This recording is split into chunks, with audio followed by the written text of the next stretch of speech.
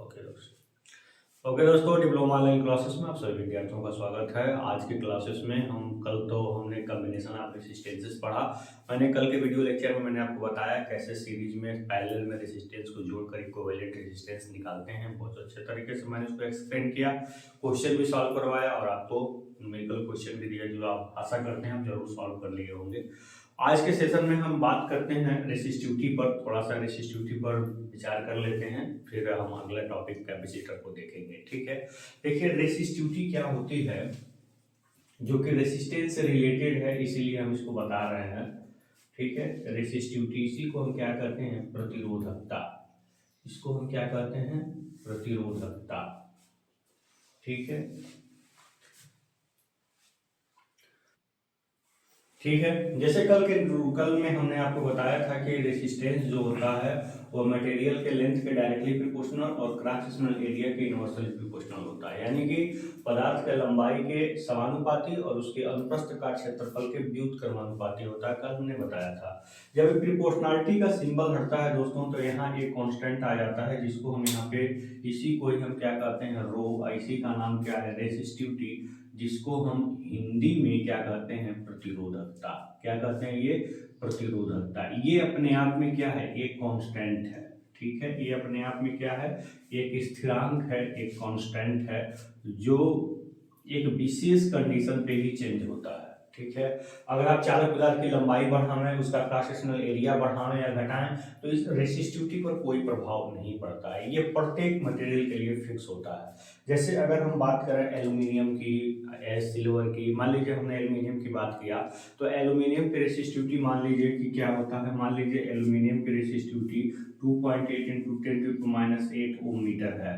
तो अब ऐसा नहीं है कि अब आप इसकी लंबाई बढ़ा दें तो ये चेंज हो जाएगा, चाहे क्रॉस सेक्शनल एरिया है, इसका लंबाई मतलब बढ़ा दें या क्रॉस सेक्शनल एरिया चेंज कर दें तो ये वैल्यू फिक्स है, ये चेंज नहीं, फिक्स है, ये चेंज नहीं होगी। तो फिर ये रेसिस्टिविटी चेंज कहाँ होगी, इसको थोड़ा सा विचार कर लेते हैं। पहले इसका यूनिट देख लेते हैं, इसका यूनिट क्या होता है। ये resistivity rho is equal to, अगर देखें तो क्या होगा, RA/L।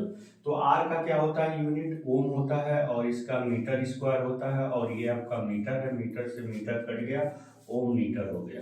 ठीक है, इस प्रकार इसकी रेसिस्टिविटी अगर देखें तो क्या मिलेगा आपको, ओम मीटर मिलेगा। ठीक है, डिफरेंट में हम इसको चेंज भी कर सकते हैं, लेकिन जनरली ओम मीटर इसकी रेसिस्टिविटी हम यूज में लाते हैं। इसका मतलब क्या है कि 1 मीटर लेंथ वाले मटेरियल का जो रेसिस्टेंस है वही क्या है, रेसिस्टिविटी है। अगर यहाँ से हम इसको डिफाइन करना चाहें, यहाँ पे रो इज इक्वल टू RA/L है। यदि L को भी 1 मीटर कर दें, इफ मतलब यदि L को 1 मीटर कर दें और A को 1 मीटर स्क्वायर कर दें, 1 मीटर स्क्वायर, तो यहाँ रो इज इक्वल टू R × 1/1 क्या होगा, रो इज इक्वल टू R। तो इसका मतलब क्या हुआ, अगर किसी चालक पदार्थ के 1 मीटर लंबे और उसके 1 मीटर स्क्वायर अनुप्रस्थ काट क्षेत्रफल का जो रेसिस्टेंस होगा उसी को ही हम क्या कहेंगे, रेसिस्टिविटी कहेंगे। यानी कि अगर एल्यूमिनियम कंडक्टर की रेसिस्टिविटी की बात करें, अगर मान लीजिए 2.8 × 10⁻⁸ ओम मीटर होता है, तो इसका मतलब उसके 1 मीटर लंबाई का रेसिस्टेंस 2.8 × 10⁻⁸ ओम है। ठीक है, तो ये होता है रेसिस्टिविटी। पर मीटर लेंथ का कितना रेसिस्टेंस है उसी को हम क्या करते हैं, रेसिस्टिविटी करते हैं। फिर समझिए, पर मीटर लेंथ का कितना रेसिस्टेंस है उसी को हम क्या करते हैं, रेसिस्टिविटी। ये फिक्स होती है, ये जनरली चेंज नहीं होती। लेकिन ये चेंज कहाँ होती है, डिपेंडेंसी इसकी क्या है, शॉर्ट में देख लेते हैं। ठीक है, रेसिस्टिविटी की डिपेंडेंसी, चूंकि ये रिलेटेड है रेसिस्टेंस से, और रेसिस्टेंस को सिलेबस में डिटेल किया गया है, इसलिए मैं इसको थोड़ा सा इस पर हम लाइट डाल रहे हैं। आप चाहें इसका स्क्रीनशॉट ले सकते हैं बैक करके।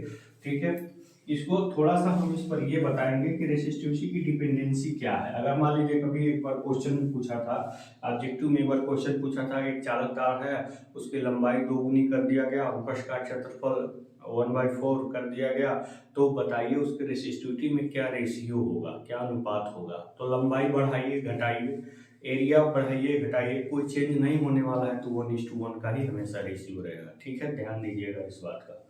ठीक है, अब इसका मान लीजिए कि अगर इसके डिपेंडेंसी की अगर हम बात करें शॉर्ट फॉर्म में, अगर इसके डिपेंडेंसी की अगर हम बात करें, निर्भरता जिसको हम कहते हैं, तो इसकी निर्भरता क्या होती है, टेम्परेचर। ठीक है, सबसे पहले इसका निर्भरता क्या है, तापक्रम। ठीक है, टेम्परेचर बढ़ाएंगे तो क्रिस्टल कंस्ट्रक्शन चेंज होगा भाई, उसके इंट्रामोलिकुलर डिस्टेंस बढ़ेगा, जिसके कारण उसका स्ट्रक्चर ही क्या होगा, चेंज होगा। जब स्ट्रक्चर ही चेंज होगा तो पर मीटर लेंथ का रेसिस्टेंस भी चेंज हो जाएगा, यानी कि रेसिस्टिविटी भी क्या हो जाएगी, चेंज हो जाएगी। फिर हम क्या करते हैं, एलोइंग अगर करें, एलोइंग का मतलब होता है मिश्रण। अगर मान लीजिए एल्यूमिनियम है, उसमें हम कॉपर लाकर मिला दिए, या चांदी है उसमें तांबा ला के मिला दिए, ठीक है, पीतल बनाने के लिए। तो जब हम दो या दो से अधिक मटेरियल को आपस में मिला देते हैं ना, तो भी उसकी रेसिस्टिविटी क्या हो जाती है, चेंज हो जाती है। आप इसको बस हल्के वे में देख लीजिए। ठीक है, ये दूसरा मिश्रण। तीसरा अगर हम देखें तो mechanical stressing, mechanical mechanical stressing मतलब अगर हम उसमें स्ट्रेस प्रेशर डाल रहे हैं किसी भी तरह से, अगर उसके क्रिस्टल का कंस्ट्रक्शन चेंज हो गया, मतलब उसकी नेचर में चेंजिंग आप ला दिए, तो उसके पर मीटर लेंथ का रेसिस्टेंस क्या हो जाएगा, डिस्टर्ब हो जाएगा, जिसको हम क्या करते हैं, रेसिस्टिविटी कहते हैं। ठीक है, इसके बाद आपका चौथा टॉपिक है मैं एज हार्डेनिंग, जिसको हम बोलते हैं, या कोल्ड वर्किंग। एज हार्डेनिंग, जैसे मान लीजिए कि मटेरियल को रेसिस्ट बनाने के लिए कि उस पर अगर चोट डाला जाए या किसी तरह का कोई प्रेशर डाला जाए, तो उस प्रेशर को, उस चोट को, उस फोर्स को रेसिस्ट कर सके, इसके लिए एज हार्डेनिंग किया जाता है। उसको ठंडा करके, पहले गर्म करके ठंडा करना, इस तरह का मैकेनिकल वर्किंग होता है, जिसको कोल्ड वर्किंग भी बोलते हैं। इससे भी उसका क्रिस्टल कंस्ट्रक्शन चेंज हो जाता है, जिसके कारण पर मीटर लेंथ का रेसिस्टेंस वेरी हो जाता है। इस प्रकार से उसकी रेसिस्टिविटी क्या हो जाती है, चेंज हो जाती है। तो इस प्रकार से इतने सारे प्रोसेस हैं जिससे रेसिस्टिविटी क्या होती है, इफेक्टिव होती है, प्रभावित होती है। ठीक है, ये आपका रेसिस्टिविटी को प्रभावित करने वाले कारक थे। इसके पहले जो मैंने एक्सप्लेन किया था वो रेसिस्टेंस को प्रभावित करने वाले कारक थे, तो वो बहुत इंपॉर्टेंट है, उसको जरूर ध्यान रखिएगा। इसको केवल ध्यान में रखिएगा क्या इन चीजों को हमने बताया है। ठीक है, तो रेसिस्टिविटी थोड़ी सी छोटी सी टॉपिक था जिसको हमने एक्सप्लेन किया। Resistivity is nothing simply a resistance of per metre length of any conductor. किसी कंडक्टर के पर मीटर लेंथ का जो रेसिस्टेंस है ना बेटा, वही क्या है, resistivity. Now I am going to explain the short term of capacitor. हम कैपेसिटर के बारे में थोड़ा सा स्टडी करेंगे, क्योंकि कैपेसिटर के बारे में डिटेल्ड स्टडी आपके सिलेबस में नहीं है। पिछले समय में रहा करता था, लेकिन अब उसको कम कर दिया गया है। जितनी जरूरत है उतनी बातों को हम यहाँ समझेंगे। ठीक है, तो now I am going to explain the next topic, that is called capacitor. ठीक है, कैपेसिटर एक छोटा सा, बस केवल कैपेसिटर ही लिखा हुआ है, सिलेबस में मेंशन्ड है, इसलिए इसको एक्सप्लेन करने जा रहा है। देखिए ये क्या है, कैपेसिटर क्या करता है ना, ये अपने इलेक्ट्रिक फील्ड में एनर्जी को स्टोर करता है और जरूरत पड़ने पर डिलीवर करता है। बस इतनी बात अगर आप अपने ध्यान में बैठा लिए तो कैपेसिटर इतने में पर्याप्त है। इसकी डिफिनीशन को डिफाइन करने में, इसके बारे में बताने के लिए इतना ही पर्याप्त है कि ये कैपेसिटर क्या करता है, दो प्लेटों का ऐसा संयोजन होता है, ऐसा कॉम्बिनेशन होता है जिसको जो अपने अंदर इलेक्ट्रिक फील्ड में एनर्जी को स्टोर करता है और आवश्यकता पड़ने पर क्या करता है, डिलीवर करता है। इस बात को आप चाहे नोट डाउन कर सकते हैं। कैपेसिटर दो प्लेटों का एक ऐसा संयोजन होता है जो अपने इलेक्ट्रिक फील्ड में एनर्जी को स्टोर करता है तथा आवश्यकता पड़ने पर उसको डिलीवर करता है। ठीक है, सिंपल सा इसका डिफिनीशन आप लिख सकते हैं। ठीक है, कैपेसिटर कैपेसिटर वह युक्ति है, कैपेसिटर वह युक्ति है जो अपने अपने इलेक्ट्रिक फील्ड में चार्ज के रूप में एनर्जी किसके किसके फॉर्म में स्टोर करता है, चार्ज के रूप में, चार्ज के रूप में एनर्जी को किस प्रकार की एनर्जी को, इलेक्ट्रोस्टैटिक एनर्जी को, जो चार्ज स्टैटिक होते हैं, ध्यान दीजिएगा, जो चार्ज के रूप में एनर्जी को स्टोर करता है तथा तथा आवश्यकता पड़ने पर क्या करता है, डिलीवर करता है। ठीक है, आवश्यकता पड़ने पर डिलीवर करता है।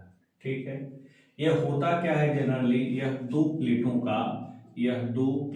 का कॉम्बिनेशन होता है। क्या होता है, दो प्लेटों का कॉम्बिनेशन होता है। ठीक है, जिसकी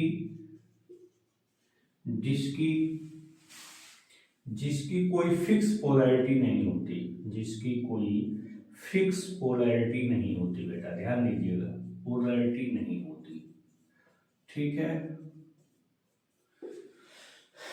ये क्या है, ये दो प्लेटों का बेटा ऐसे देखिए, दो प्लेटों का कॉम्बिनेशन है जिसको हम ये नहीं कर सकते कौन प्लस है कौन माइनस, फिक्स नहीं है। ठीक है, आप ये चेंज भी हो सकता है, ये माइनस से प्लस भी हो सकता है, ये प्लस ये माइनस भी हो सकता है, ये कोई फिक्स पोलैरिटी नहीं। मान लीजिए ये प्लेट आपका पॉजिटिवली चार्ज है, तो आपका दूसरा प्लेट क्या होगा, एक निगेटिवली चार्ज होगा। ठीक है, ये निश्चित है, एक पॉजिटिवली चार्ज होगा तो दूसरा क्या होगा, निगेटिवली चार्ज जरूर होगा। ठीक है, और इनके बीच में होता क्या है, इनके बीच में हम डाइलेक्ट्रिक मटेरियल भरते हैं। शुरुआत के क्लास में मैंने इसके बारे में बताया था, इसके बीच में डाइलेक्ट्रिक मटेरियल क्यों भरते हैं, इसके पीछे इसका रीजन क्या है, स्टार्टिंग के क्लास में मैंने जरूर बताया था। इसका एक नाम कंडेंसर भी होता है, क्यों, क्योंकि जो आपकी इलेक्ट्रिक फील्ड इसके बीच में स्टेब्लिश होती है, वो इलेक्ट्रिक फोर्स ऑफ लाइन, जिसको वैद्युत बल रेखाएं कहते हैं, वो पॉजिटिव चार्ज से निगेटिव चार्ज की ओर क्या करती हैं, मूव करती हैं। पॉजिटिव से निगेटिव की ओर क्या करती हैं, वो मूव करते हैं। जब पॉजिटिव से नेगेटिव की ओर electric force of line move करेंगे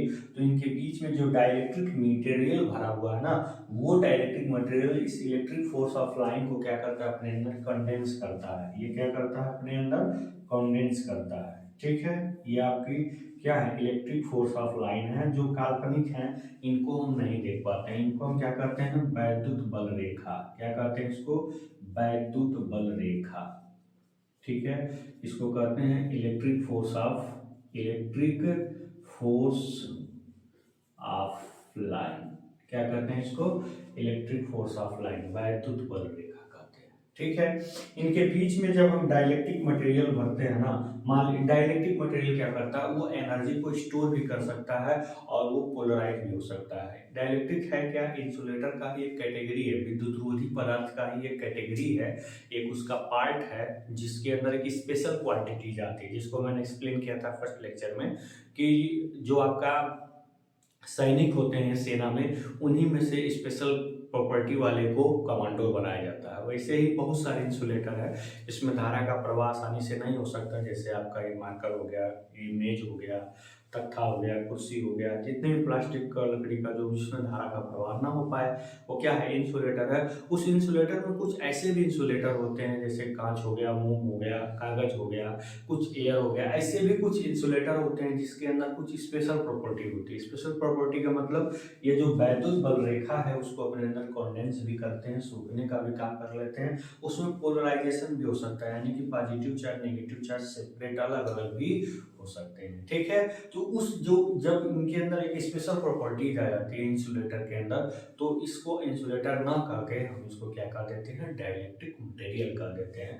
तो जो इसमें हम क्या करते हैं, प्लेटों के बीच में भरते हैं, जिससे हम पहले एक्सप्लेन किए थे कि इसमें जब हम किसी मटेरियल को भरेंगे तो उसके अंदर पॉजिटिव नेगेटिव दोनों चार्ज होते हैं, इक्वल मात्रा में होते हैं, तभी तो इलेक्ट्रिकली न्यूट्रल है, यानी कि दोनों चार्ज उसमें है, पॉजिटिव भी नेगेटिव इक्वल में है। मान लीजिए मोम ही भर रहे हैं तो उसमें पॉजिटिव नेगेटिव दोनों चार्ज बराबर मात्रा में, तभी तो उसमें कोई अट्रैक्शन रिपल्सन किसी तरह का इफेक्ट नहीं आप देख रहे हैं। तो उसमें जो नेगेटिव चार्ज होगा वो पॉजिटिव प्लेट की ओर, ठीक है, जो नेगेटिव चार्ज होगा बेटा वो ऐसे पॉजिटिव प्लेट की ओर, ठीक है, और जो इसमें पॉजिटिव चार्ज होगा वो नेगेटिव प्लेट की ओर इस प्रकार से क्या हो जाता है मेरे दोस्त, पोलराइज हो जाता है। क्या हो जाता है, पोलराइज हो जाता है। और जैसे पोलराइजेशन की प्रोसेस होती है ना, तो इसमें इलेक्ट्रिक फील्ड की एक्सटर्नल अगर इलेक्ट्रिक फील्ड देखेंगे, एक्सटर्नल इलेक्ट्रिक फील्ड, तो इसका डायरेक्शन क्या है, प्लस से माइनस की ओर है, बाहर की ओर है, प्लस से माइनस की ओर है। अगर हम इंटरनल इलेक्ट्रिक फील्ड देखेंगे ना, इंटरनल अंदर, तो प्लस से माइनस की होगी, प्लस से माइनस इधर चार्ज है, तो अगर इंटरनल इलेक्ट्रिक फील्ड की अगर हम बात करें तो इसका जो डायरेक्शन होगा क्या है, अपोजिट है। ठीक है, इंटरनल। तो अगर हम नेट इलेक्ट्रिक फील्ड की बात करें, नेट इलेक्ट्रिक फील्ड की, तो ये क्या आएगा, इन दोनों का डिफरेंस आएगा। क्या आएगा, दोनों का डिफरेंस आएगा। यानी कि जो नेट इलेक्ट्रिक फील्ड है, अंदर एक इलेक्ट्रिक फील्ड स्टेब्लिश हो जाने की वजह से क्या हो जा रही है, कम हो जा रही है। भाई जब सब्ट्रैक्शन होगा तो कुछ ना कुछ कम ही होगा। जैसे मान लीजिए आप फोर्स एक डायरेक्शन में लगा रहे हैं, तो बहुत अच्छी बात, उधर से कोई रिफ्लेक्शन नहीं आ रहा, लेकिन उधर से भी अगर फोर्स लगने लगे तो भाई आपका प्रभाव थोड़ा कम जरूर हो जाएगा। तो वही चीज है। अब इनके बीच में मान लीजिए जो पोटेंशियल है, वो मान लीजिए इनके बीच में पोटेंशियल भी है, ठीक है, मतलब पोटेंशियल डिफरेंस जिसको वोल्टेज कहते हैं, मान लीजिए वो क्या है, भी है। और इनके बीच का डिस्टेंस अगर आप डी मान लेते हैं, अगर प्लेटों के बीच का डिस्टेंस मान लीजिए आप डी मान लेते हैं, तो आपका एक फार्मूला बनता है V equal to E into D. ठीक है, V equal to E into D, एक फार्मूला बनता है। यानी कि जो ई की वैल्यू है वो क्या है, V अपन डी होता है। ई की वैल्यू क्या होता है, V अपन डी होता है। तो यहाँ से इलेक्ट्रिक फील्ड देखिए, यहाँ इलेक्ट्रिक फील्ड रिड्यूस हो गया, ठीक है। जब इलेक्ट्रिक फील्ड रिड्यूस होगा तो यहाँ वोल्टेज भी रिड्यूस हो जाएगा। भाई पहले जो वोल्टेज था उससे अब वोल्टेज क्या हो जाएगा, कम हो जाएगा। और आप पढ़े हैं Q बराबर C इंटू V होता है। C क्या है, इसका कैपेसिटेंस। कैपेसिटेंस बोले तो इसमें जो चार्ज स्टोर करने की जो क्षमता है, दैट इज कॉल्ड कैपेसिटेंस, तो वो C है, ठीक है। Q क्या है, जो चार्ज इसमें हम लगातार क्या कर रहे हैं, फ्लो करवा रहे हैं उस चार्ज। अभी क्या इनके क्रॉस वोल्टेज है, यानी कि C इक्वल टू क्या मिलेगा आपको, Q अपन V मिलेगा। तो यहाँ से देख रहे हैं जब V कम हो गया ना, तो कैपेसिटेंस C क्या हो जाएगा, बढ़ जाएगा। इस प्रकार डाइलेक्ट्रिक मटेरियल जब इसमें भरते हैं तो क्या क्या कम होता है, इलेक्ट्रिक फील्ड कम होता है, वोल्टेज कम होता है, लेकिन कैपेसिटेंस क्या हो जाता है, बढ़ जाता है। This point is very important, इस पॉइंट को आप जरूर नोट कर लीजिए। This point is very very important, ठीक है।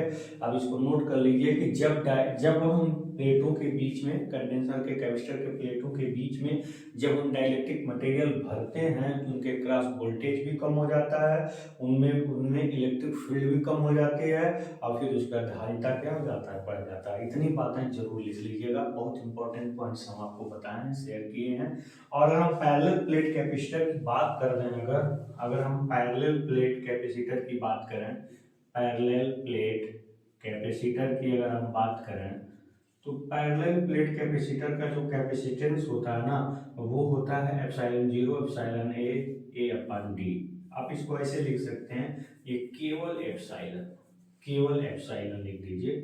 C इक्वल टू एप्सिलॉन, कहीं कहीं उसको D से भी रिप्रेजेंट किया जाता है, तो K से भी रिप्रेजेंट किया जाता है, तो ये कोई बहुत बड़ी बात नहीं है। C कहाँ है, C क्या है आपका, कैपेसिटेंस है। C क्या है आपका, कैपेसिटेंस। इसी को हम क्या बोलते हैं, धारिता। क्या बोलते हैं इसी को, धारिता। धारिता का मतलब चार्ज स्टोर करने की प्रोबेबिलिटी, ठीक है। तो यही जो कैपेसिटेंस C है वो क्या है, एप्सिलॉन है अपन डी। एप्सिलॉन क्या है, एप्सिलॉन है आपको परमिटिविटी। एप्सिलॉन क्या कहते हैं, परमिटिविटी, क्या कहते हैं, परमिटिविटी, विद्युतशीलता। विद्युतशीलता, अब ये क्या नाम है, विद्युतशीलता क्या है। अब देखिए, ये जो डाइलेक्ट्रिक मटेरियल इसके अंदर भरा हुआ है, वो कर क्या रहा है, वो इलेक्ट्रिक फोर्स ऑफ लाइट को कंडेंस कर रहा है। यहाँ ध्यान दीजिए, ये कर क्या रहा है, यहाँ पे ध्यान दीजिएगा तो आपको क्या मिलेगा कि ये इलेक्ट्रिक फोर्स ऑफ लाइट को क्या कर रहा है, ये कंडेंस कर रहा है, इलेक्ट्रिक कंडक्ट कर रहा है।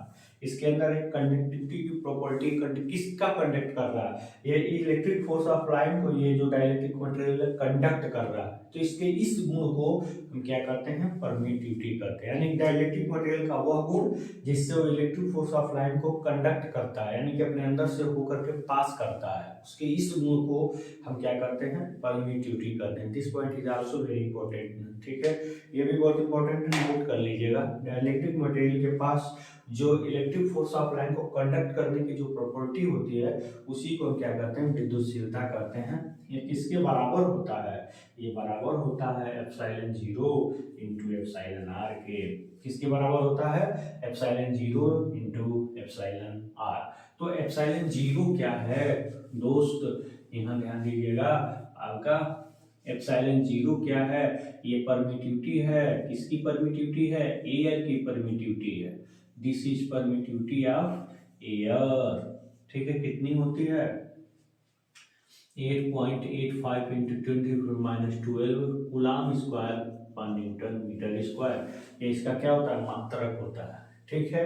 और आपका ये क्या है, एप्सिलॉन आर क्या है, इसको रिलेटिव परमिटिविटी बोलते हैं। क्या बोलते हैं, रिलेटिव परमिटिविटी क्या बोलते हैं इसको, परमिटिविटी, ठीक है। इसको क्या बोलते हैं, रिलेटिव परमिटिविटी। इसको हम डाइलेक्ट्रिक कांस्टेंट भी बोलते हैं बेटा, ये भी ध्यान दीजिएगा। डाई इलेक्ट्रिक कांस्टेंट इसका एक नाम और भी है, डाइलेक्ट्रिक कांस्टेंट। क्यों कांस्टेंट, क्योंकि इसका कोई मात्रक नहीं होता। क्यों नहीं होता, क्योंकि एप्सिलॉन आर की अगर हम बात करें तो क्या हो जाएगा, एप्सिलॉन अपन एप्सिलॉन जीरो, दोनों का सेम मात्रक, कट के खत्म, कोई मात्रक नहीं होता, एक कांस्टेंट है, इसीलिए इसका एक और नाम क्या है, डाइलेक्ट्रिक कांस्टेंट है।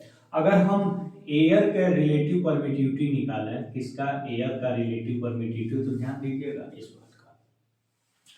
तो जब आप जिस भी मटेरियल की परमिटिविटी, रिलेटिव परमिटिविटी और किसी भी मटेरियल की निकालनी है, मान लीजिए आपको कांच की रिलेटिव परमिटिविटी निकालनी है, तो कांच की परमिटिविटी ऊपर रखेंगे, एयर की परमिटिविटी नीचे रखेंगे। फिक्स है, हमेशा नीचे रहना है हर मटेरियल में। जिस मटेरियल का निकालना है उसकी प्रॉपर्टी ऊपर रखेंगे, उसकी परमिटिविटी ऊपर रखेंगे, और फिर नीचे एयर की परमिटिविटी से डिवाइड करेंगे तो रिलेटिव परमिटिविटी उसकी मिल जाएगी। तो किसी भी मटेरियल की अगर रिलेटिव परमिटिविटी निकालनी है तो उसकी परमिटिविटी ऊपर रखेंगे और एयर की परमिटिविटी नीचे रख करके डिवाइड कर देंगे। अगर हम एयर की ही रिलेटिव परमिटिविटी निकालना चाह रहे हैं तो एयर की परमिटिविटी ऊपर रखेंगे और नीचे आपका एप्सिलॉन जीरो तो फिक्स है, तो सबके साथ रहेगा, तो ये दोनों कट के क्या मिल जाता है, 1। इसीलिए एयर की रिलेटिव परमिटिविटी क्या होती है, 1 होती है। और यहाँ पे जो आपका सी है वो क्या है, epsilon A upon D, where A क्या है आपका, अगर हम ए की बात करते हैं, इसको हम मिटा रहे हैं, ठीक है, तो जान ही रहे हैं क्या क्लास है क्या नहीं है, कैसे है क्या नहीं है। अगर हम बात कर दें ए की बात करें तो ये एरिया ऑफ प्लेट है, क्या है, एरिया ऑफ प्लेट, ठीक है, इन मीटर स्क्वायर, ठीक है। ये क्या है, एरिया, जो प्लेट है ना इसकी एरिया है। फिर आपका डी क्या है, डी है डिस्टेंस बिटवीन प्लेट, डी क्या है, डिस्टेंस बिटवीन प्लेट, प्लेट के बीच का डिस्टेंस कितना है, इन मीटर यूनिट, ठीक है, इन मीटर स्क्वायर यूनिट, ठीक है।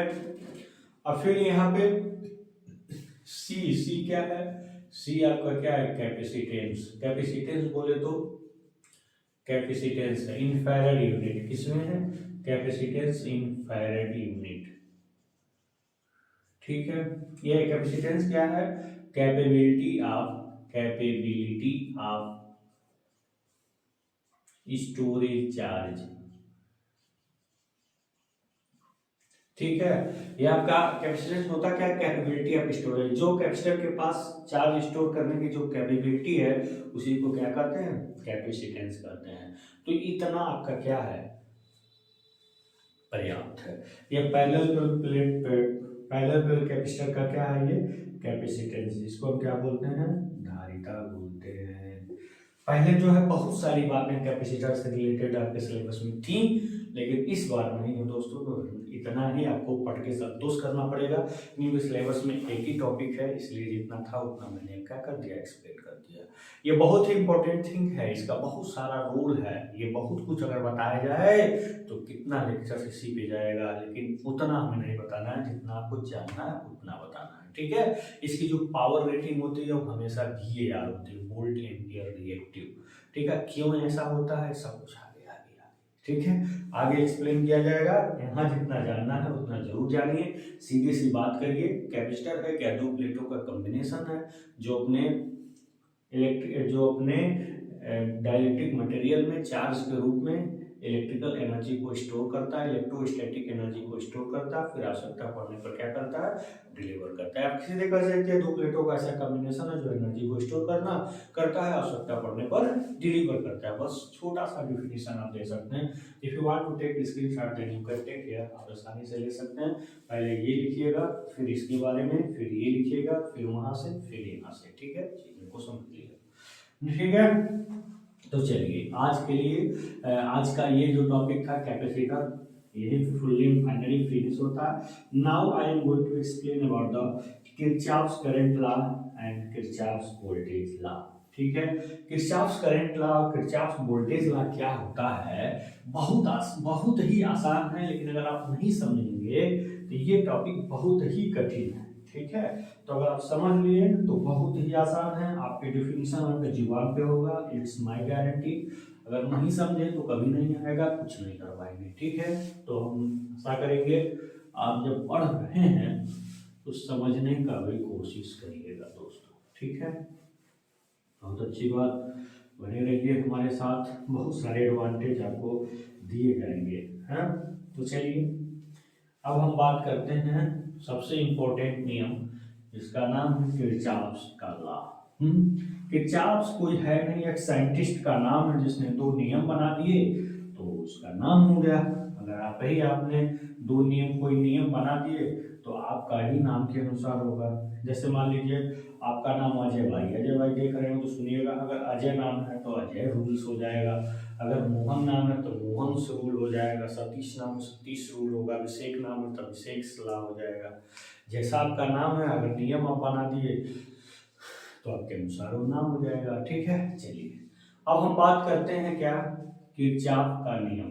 ठीक है, किरचॉफ का नियम, किरचॉफ लॉ, इसको हम क्या बोलते हैं, किरचॉफ्स लॉ।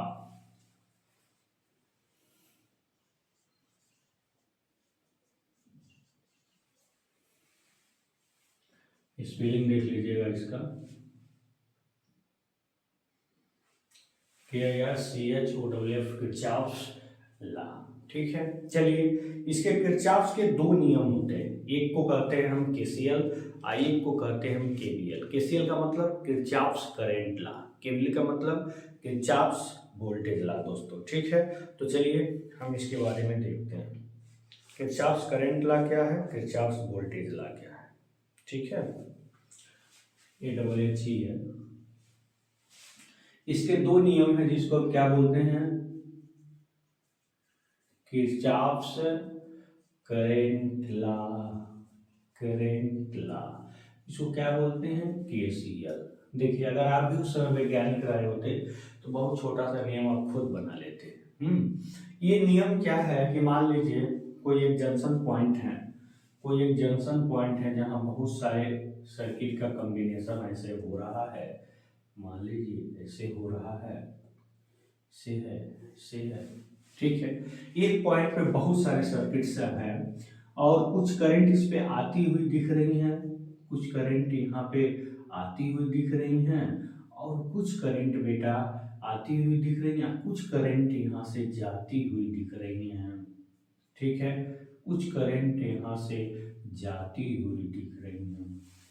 तो इन्होंने क्या नियम बनाया, नियम ये बनाया, algebraic sum of all current meeting at a junction must be equal to zero. इसका मतलब क्या है, इस जंक्शन पे जितने भी करंट कॉम्बिनेशंस हैं इनका अलजेब्रिक सम क्या होता है, जीरो। अलजेब्रिक सम क्यों, अलजेब्रिक सम मतलब जब उसको एक प्रॉपर साइन के साथ जोड़ेंगे ना तो उसी को अलजेब्रिक सम बोलते हैं। ठीक है, प्रॉपर साइन का मतलब जो करंट पास में आ रही है जंक्शन से उसको पॉजिटिव लेंगे, जो करंट दूर जा रही है उसको नेगेटिव लेंगे, फिर उसको ऐड करेंगे, इसी को क्या बोलते हैं, अलजेब्रिक सम।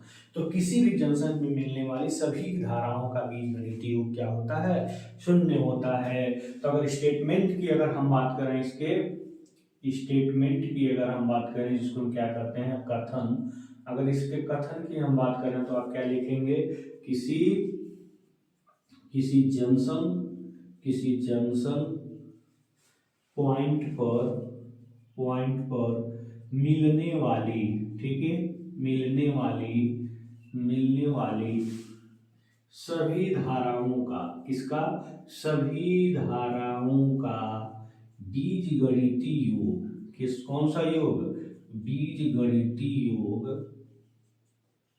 क्या होता है, शून्य होता है। क्या होता है, शून्य होता है। ठीक है, जो धारा, ध्यान दीजिएगा, जो धारा जंक्शन के पास आ रही है, ठीक है, जंक्शन के पास आ रही हो, जो धारा जंक्शन के पास आ रही हो, उसको हम क्या कहते हैं, उसको प्लस चिन्ह के साथ, उसको प्लस चिन्ह के साथ, और जो धारा, ध्यान दीजिएगा, और जो धारा संधि से दूर जा रही हो, संधि से दूर जा रही हो, उसको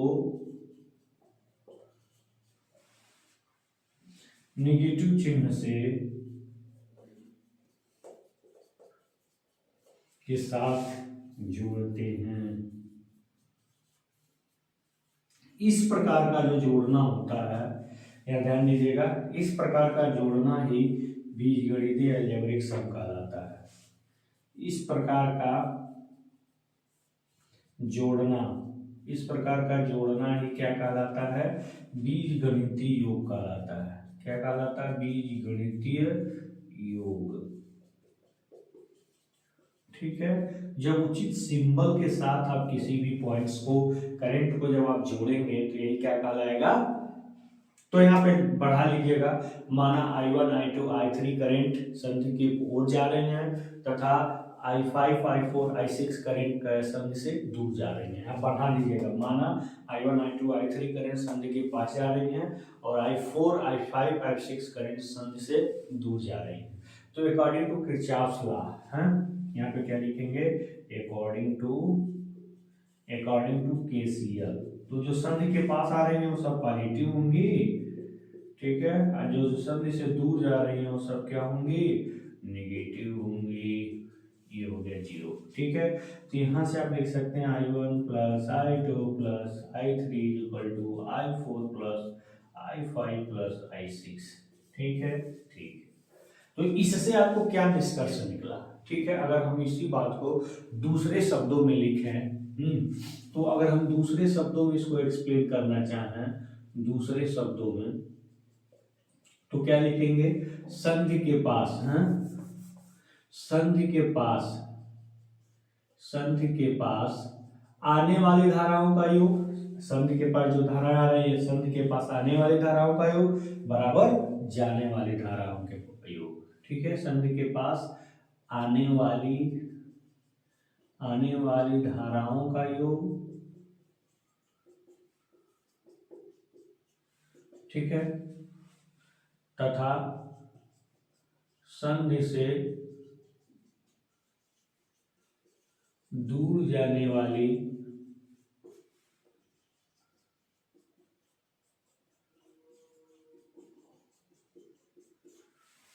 संधि के पास आने वाली धाराओं का योग बराबर संधि से दूर जाने वाली धाराओं का योग। तो जितना चार्ज आ रहा है उतना है चार्ज क्या हो रहा है, जा रहा है। ठीक है, जितना चार्ज संधि के पास आ रहा है उतना चार्ज संधि से दूर जा रहा है, यानी कि कोई भी चार्ज यहाँ डिस्ट्रॉय नहीं हो रहा है, समाप्त नहीं हो रहा है, खत्म नहीं हो रहा है। तो इस प्रकार अगर हम इसके निष्कर्ष की बात करें, तो निष्कर्ष हमको क्या मिलता है, फाइनली जो किरचॉफ का करंट नियम है, किरचॉफ का धारा संबंधी जो नियम है, धारा संबंधी नियम क्या बताता है, संबंधी नियम क्या करता है, ये आवेश संरक्षण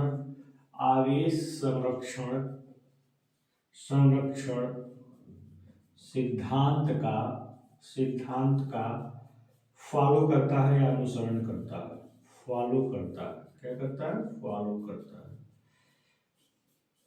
ठीक है, या आवेश संरक्षण सिद्धांत, चार्ज कंजर्वेशन प्रिंसिपल को क्या करता है, ये फॉलो करता है। क्यों, क्योंकि जितनी करंट जंक्शन पे आ रही है उतनी करंट जंक्शन से जा रही है, कहीं और नहीं चली जा रही है, सर्किट के अंदर ही रह रही है, कहीं से चार्ज क्या हो रहा है, डिस्ट्रॉय नहीं हो रहा है। इसलिए ये जो नियम है वो क्या बताता है, आवेश संरक्षण सिद्धांत को क्या करता है, फॉलो करता है। कभी मान लीजिए आपके एग्जाम में ऑब्जेक्टिव पॉइंट्स भी पूछ दे तो ये बहुत इंपॉर्टेंट होगा, ये बहुत इंपॉर्टेंट होगा, इसमें ये पॉइंट बहुत ज्यादा जरूरी है। जाएगी। आप जब भी एक्सप्लेन करिएगा इस पॉइंट को जरूर लिखिएगा। अगर इस इतने पॉइंट को आप नहीं लिखे तो कितना हो बड़ा फिगर बनाया, कितना हो अच्छा डेफिनेशन लिखे, अगर ये पॉइंट आप नहीं लिखे तो सब कुछ गलत हो जाएगा। और इसके नीचे अंडरलाइन जरूर कर दीजिएगा ताकि एग्जामिनर काफी चेक करते करे जल्दी जल्दी में, तो इस पर उसका दिमाग जरूर जाए। अगर ये देख लेगा वो तो समझ जाएगा कि वास्तव में तुमने पढ़ के समझ के लिखा है। ठीक है, तो आप इसको किरचॉफ करंट लॉ को ऐसे भी डिफाइन कर सकते हैं, ऐसे भी डिफाइन कर सकते हैं। और ये क्या बता रहा है यहाँ जरूर लिख लीजिएगा कि माना, यहाँ पे इसको बढ़ा जरूर लीजिएगा, माना I1 I2 I3 धारा संधि के पास जा रही है, इसके पास संधि के पास जा रही है, ठीक है, तथा I3 I4 I5 I6 संधि से दूर जा रही है। ठीक है, सारी बातें हम आपके सामने लिख दिए, कुछ भी आपको अपने तरफ से रीड करने की जरूरत नहीं है। तो अगर आप चाहें, आपको अच्छा लगा हो तो इसका स्क्रीनशॉट जरूर ले लीजिए दोस्तों। ठीक है, आप इसका स्क्रीनशॉट जरूर ले लीजिए।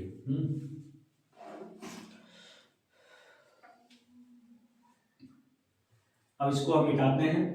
अब हम बात करेंगे अगला नियम, जिसको हम क्या कहेंगे, किरचॉफ्स वोल्टेज लॉ। हाँ, तो चलिए देख लेते हैं किरचॉफ का वोल्टेज नियम क्या कहता है।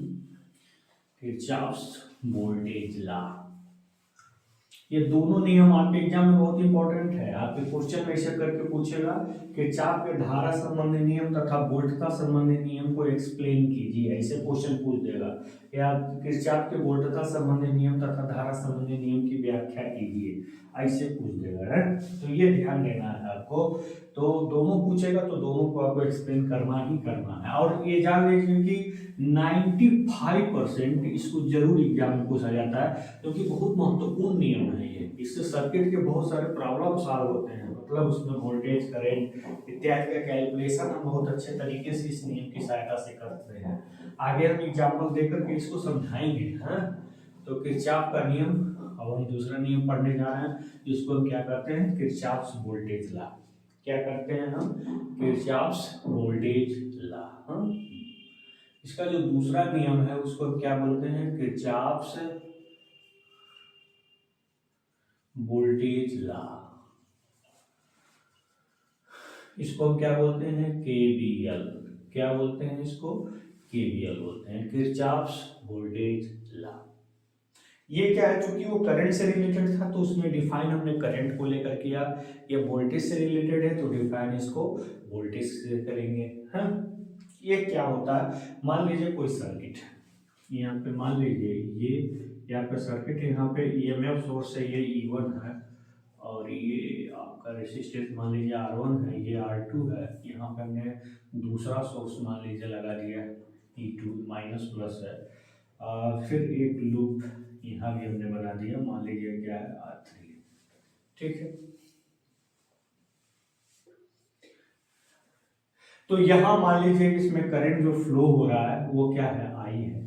तो ये ईएमएफ देखिए माइनस से प्लस की ओर हम जा रहे हैं, यहाँ भी फिर माइनस से प्लस की ओर है। हम दोनों ईएमएफ क्या कर रहे हैं, सर्किट के एनर्जी को क्या कर रहे हैं, बढ़ाने का काम कर रहा है। दोनों ईएमएफ क्या कर रहे हैं, सर्किट के एनर्जी को बढ़ाने का काम कर रहा है। लेकिन ये जो है ना, ये जो R1 R2 R3 है, इसमें जैसे ही करंट फ्लो हो रहा है तो यहाँ पर वोल्टेज का ड्रॉप हो रहा है IR1, इसमें भी वोल्टेज का ड्रॉप हो जा रहा है IR2, इसमें भी वोल्टेज का ड्रॉप हो जा रहा है IR3। ड्रॉप कहाँ, मान लीजिए यहाँ पे 100 वोल्ट है, यहाँ 50 वोल्ट है, दोनों जुड़ कर सर्किट को 150 वोल्ट दिए, कुछ वोल्ट यहाँ खत्म हो गया, कुछ वोल्ट यहाँ खत्म हो गया, धारा और रेजिस्टेंस गुणा करेंगे जितना आएगा उतना वोल्टेज खत्म हो रहा है, इसको ड्रॉप बोलते हैं, कुछ यहाँ खत्म।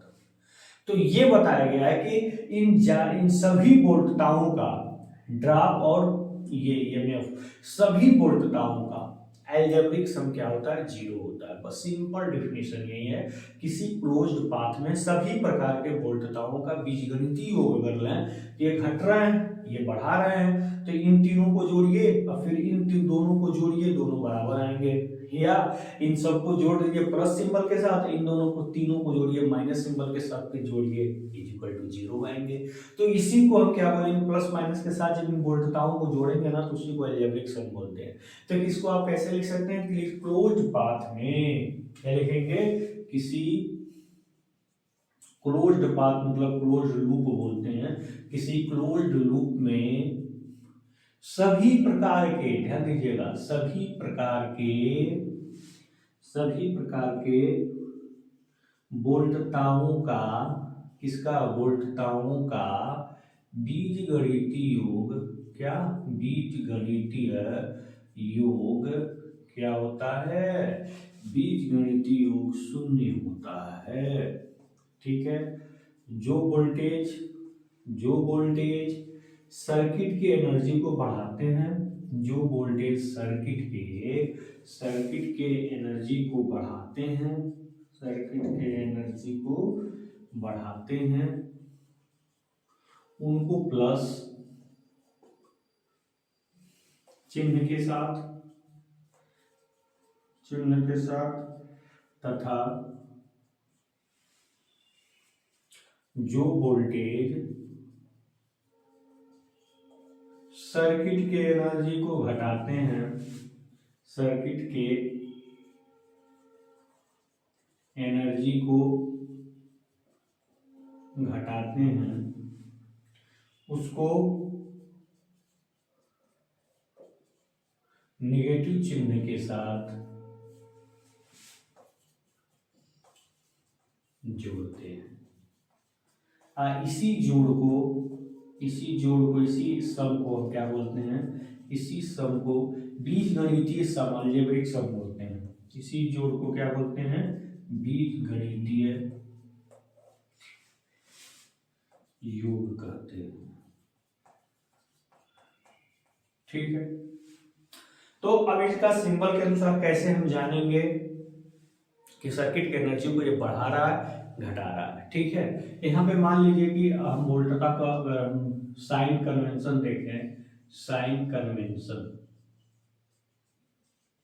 चिन्ह परिपाटी अगर हम देखें, अगर हम वोल्टता का देख रहे हैं, मान लीजिए प्लस है माइनस है वोल्ट का, और हमारा मूवमेंट इस डायरेक्शन में है, इसी डायरेक्शन में मूव भी कर रहे हैं, जैसे ये मूवमेंट है ना, इसी डायरेक्शन में हमारा, मान लीजिए हम ऐसे मूव कर रहे हैं माइनस से प्लस की ओर मूव भी हमारा हो रहा है। ठीक है, ऐसे चाहे क्लॉकवाइज का है एंटी क्लॉकवाइज किसी भी डायरेक्शन में मूवमेंट हो जा सकता है। तो अगर ऐसे होता तब तो बात कुछ और होती, लेकिन ऐसे मूव हो रहा है माइनस से प्लस की ओर, प्लस से माइनस की ओर, तो हमेशा इस वोल्टेज को क्या लेंगे, निगेटिव लेंगे। ठीक है, यानी कि यहाँ पे जो आपका वोल्टेज लेंगे जोड़ते समय, इसको क्या लेंगे, नेगेटिव लेंगे। लेकिन अगर मान लीजिए कि यहाँ पे ये हम ले रहे हैं ना, यहाँ पे ये ले रहे हैं प्लस माइनस, अगर हमारा मूवमेंट इधर है, इस डायरेक्शन में है, ठीक है, तो इसको हमेशा क्या लेंगे, इसको हमेशा क्या किससे रिप्रेजेंट करेंगे, प्लस बी, यानी कि ये क्या होगा आपका, प्लस बी होगा। क्या होगा, ये प्लस बी होगा। अब देखिए ये वोल्टेज का, फिर तीसरा ड्रॉप का कन्वेंशन। ठीक है, साइन कन्वेंशन ऑफ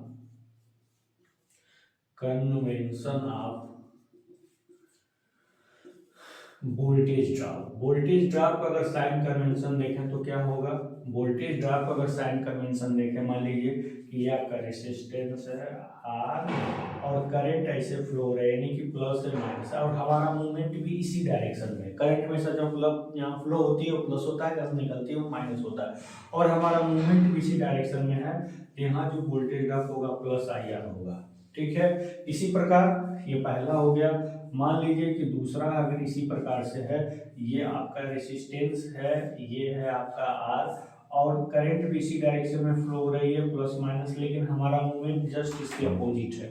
ठीक है, तो जब हमारा मूवमेंट इसके अपोजिट होगा ना, तो यहाँ ये जो वोल्टेज ड्रॉप होगा क्या हो जाएगा, माइनस आई आर होगा। ठीक है, इसके लिए वोल्टेज ड्रॉप क्या होगा, माइनस आई आर, इसके लिए वोल्टेज ड्रॉप क्या होगा, प्लस आई आर। यहाँ वोल्टेज क्या होगा, इंक्रीज होगा, सर्किट की एनर्जी को बढ़ाएगा, ये वोल्टेज क्या है, सर्किट की एनर्जी को घटाएगा। तो ये पूरे साइन कन्वेंशन है किरचॉफ लॉ के, जरूर ध्यान दीजिएगा इस बात का।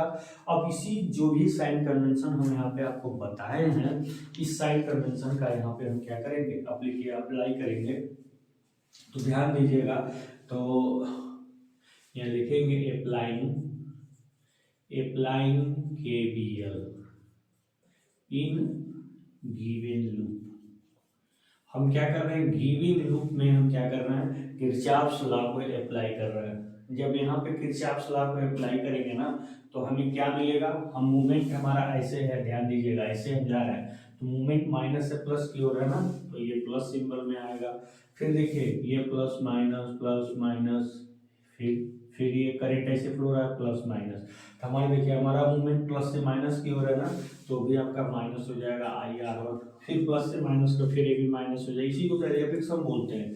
फिर देखिए माइनस से प्लस, नीचे प्लस आ रहा है ना, तो प्लस E2 हो जाएगा, फिर प्लस से माइनस आ रहा है यानी कि माइनस R3, सबका एलिप्टिक सम क्या हो गया, 0। सारे बोल्टताओं का एलिप्टिक सम क्या हो गया आपका, 0 हो गया। तो यहाँ से E1 प्लस E2 हो जाएगा, और फिर यहाँ पे सारे वोल्टेज आप एक साथ जोड़ लीजिए, तो क्या I1 plus R2 plus R3, ठीक है। तो आप क्या लिख सकते हैं, अब दूसरे शब्दों में अगर इसको डिफाइन करना हो तो कैसे करेंगे, आप यहाँ स्क्रीनशॉट ले लीजिए इसका, फिर हम आगे इसको डिफाइन करते हैं, लिखते हैं। ये जो हमने रिजल्ट लाया है, रिजल्ट को यहाँ पे दूसरे शब्दों में कैसे डिफाइन करेंगे उसको देख लेते हैं। मतलब इसको दूसरे फॉर्म में भी लिखे सकते हैं, जैसे हमने एक रूप तो लिखा कि सभी बोल्टताओं का एल्जेब्रिक सम 0 होता है, इसका दूसरे रूप में लिख सकते हैं algebraic sum of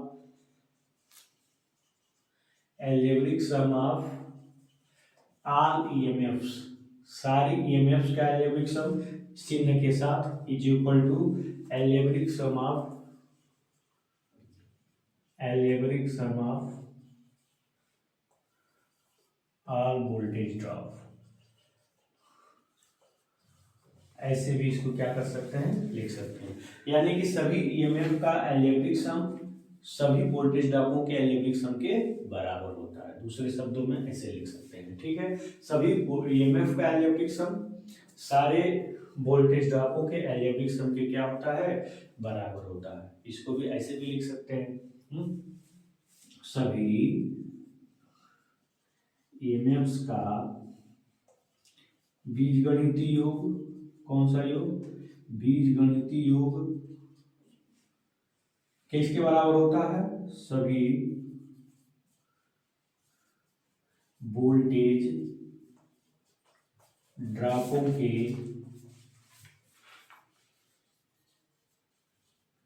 algebraic sum के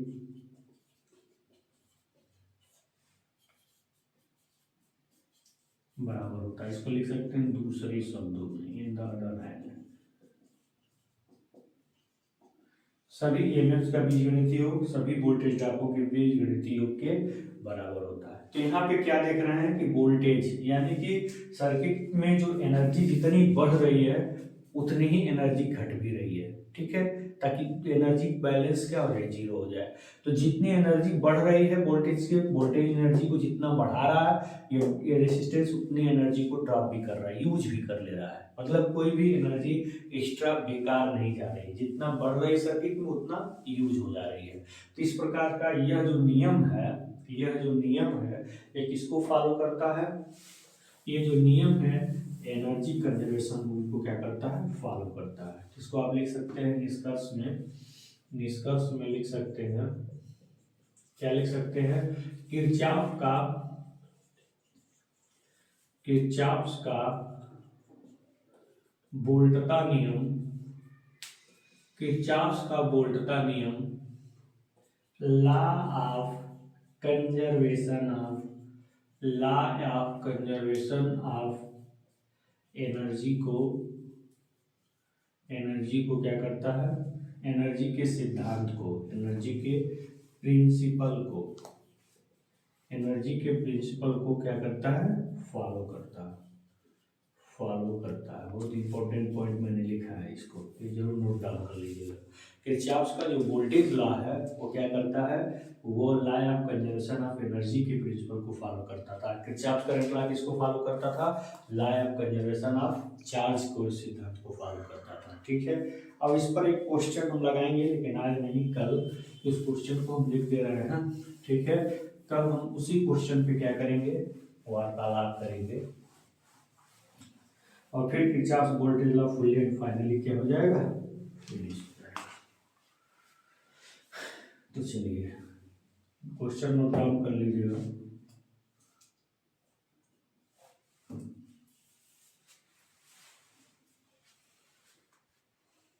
ये क्वेश्चन आपका है, वीडियो पॉज करके नोट कर लीजिए, उससे सारा पीडीएफ आपको मिल जाएगा, नोट कर लीजिए, कल इस पर भी चेक करेंगे। ठीक है, धन्यवाद आज के लिए।